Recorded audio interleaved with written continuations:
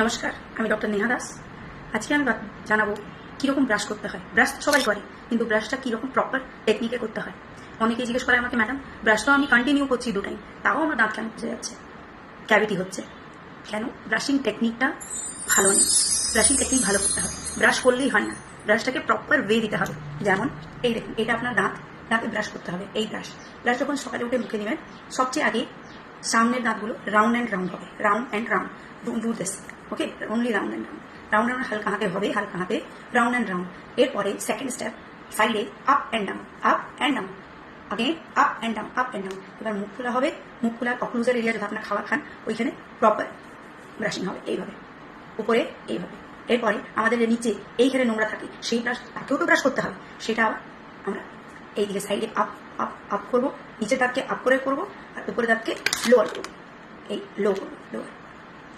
সামনেরগুলো এইভাবে, নিচে এটাও এইভাবে ব্রাশটা কমপ্লিট করবো। এইভাবে আপনারা ব্রাশ করতে স্টার্ট করুন, দেখুন সমস্যা চলে যাবে না পুরো, কিন্তু অনেকটা প্রিকশন হবে, প্রপার ওয়ে হবে ব্রাশ করার। তাহলে এই প্রবলেমটা যে খাবার আটকে যায়, থেকে যায়, তখনই তো ক্যাভিটি হয়, এগুলো আশা করি কম হবে, কারণ টেকনিক এটাই হয়। ধন্যবাদ, খুশি থাকুন, ভালো থাকুন, কিপ স্মাইল।